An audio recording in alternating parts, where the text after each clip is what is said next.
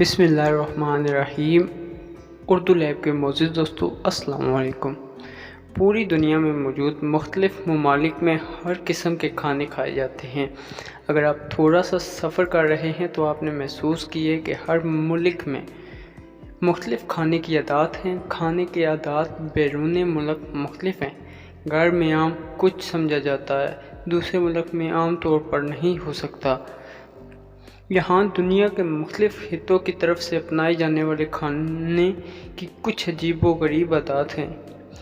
سماجی شرمندگی کے گڑھے میں گرنے سے بچنے کے لیے ان ممالک کا رخ کرنے سے پہلے آپ کو یہ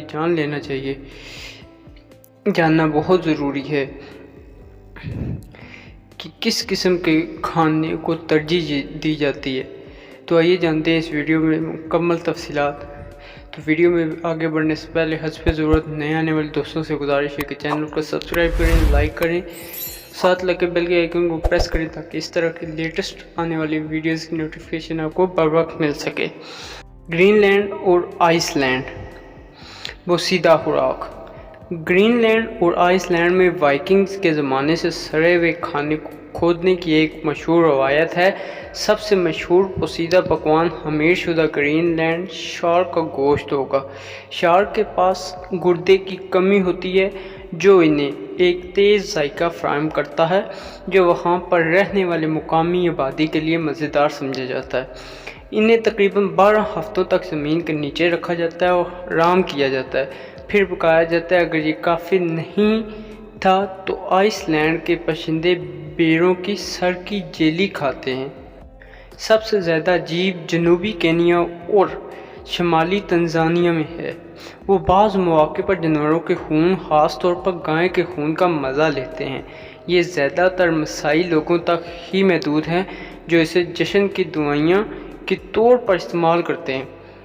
بچوں کی پیدائش ہو یا شادی کی تقریب وہ جانوروں کا خون پیتے ہیں۔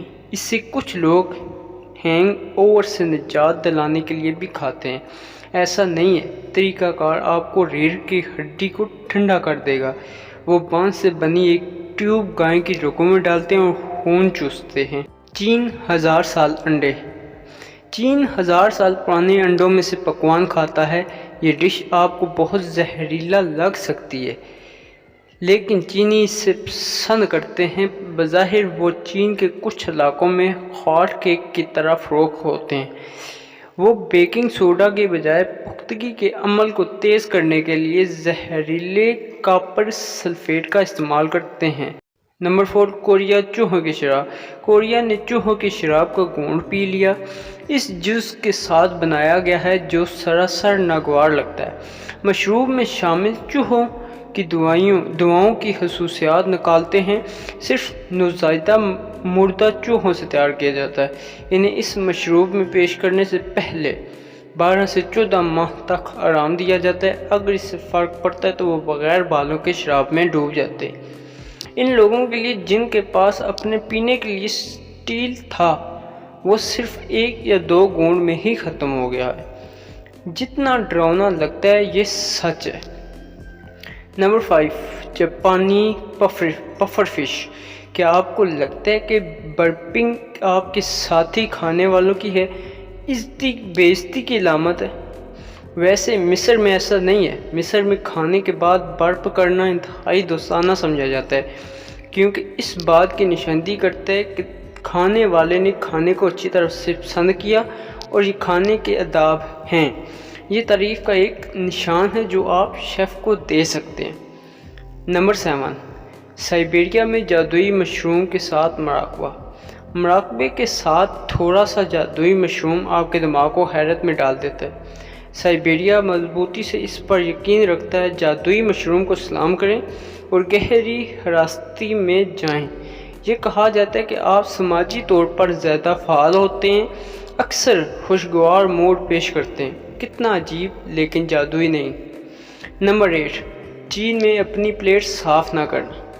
اگر آپ کو لگتا ہے کہ کھانے کے دوران اپنی پلیٹ صاف کرنا ایک اچھی علامت ہے تو آپ غلطی پر ہیں۔ چین میں اگر آپ اپنی پلیٹ کو خالی چھوڑ دیتے ہیں تو یہ اس بات کی علامت ہے کہ آپ ابھی تک بھوکے اور غیر مطمئن ہیں۔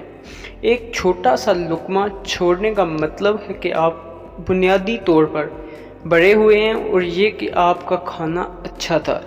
ثقافت کو دنیا کے ایک حصے سے دوسرے حصے میں منتقل ہوتے دیکھنا دل لگی ہے۔ نمبر 9، برازیل میں اپنے ہاتھوں سے کھانا۔ برازیل میں اپنے ہاتھوں سے کچھ نہیں کھاتے اور اس میں پیزا یا چکن ونگز شامل ہیں۔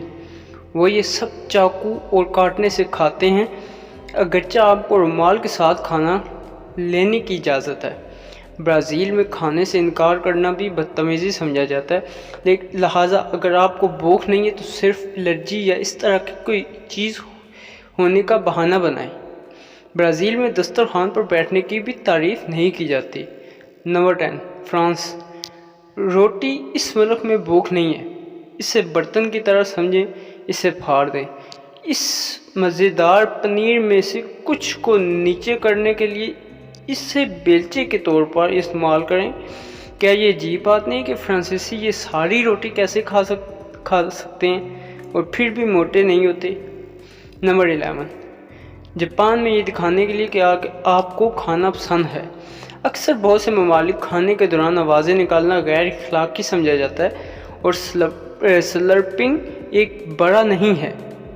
تاہم جاپان میں نوڈلز اور سوپ کو سلپ کرنا قابل قبول سمجھا جاتا ہے، لیکن بہت سے لوگوں کا خیال ہے کہ اس سے اس کا ذائقہ بہتر ہوتا ہے۔ مزید برآں اس کا مطلب یہ ظاہر کرتا ہے کہ ڈش کا بے حد لطف اٹھایا جا رہا ہے۔ Number 12، Thailand. کھانا منہ میں ڈالنے کے لیے کاٹنے کا استعمال نہ کریں۔ تھائی لینڈ مختلف قسم کے مزیدار کھانے پیش کرتا ہے۔ تھائی لینڈ کے تقریباً ہر کونے میں پائے جانے والے کھانے پینے کی اشیاء کے وسیع صف کی بات کرنے پر ایک انتخاب کے لیے خراب ہو جاتا ہے۔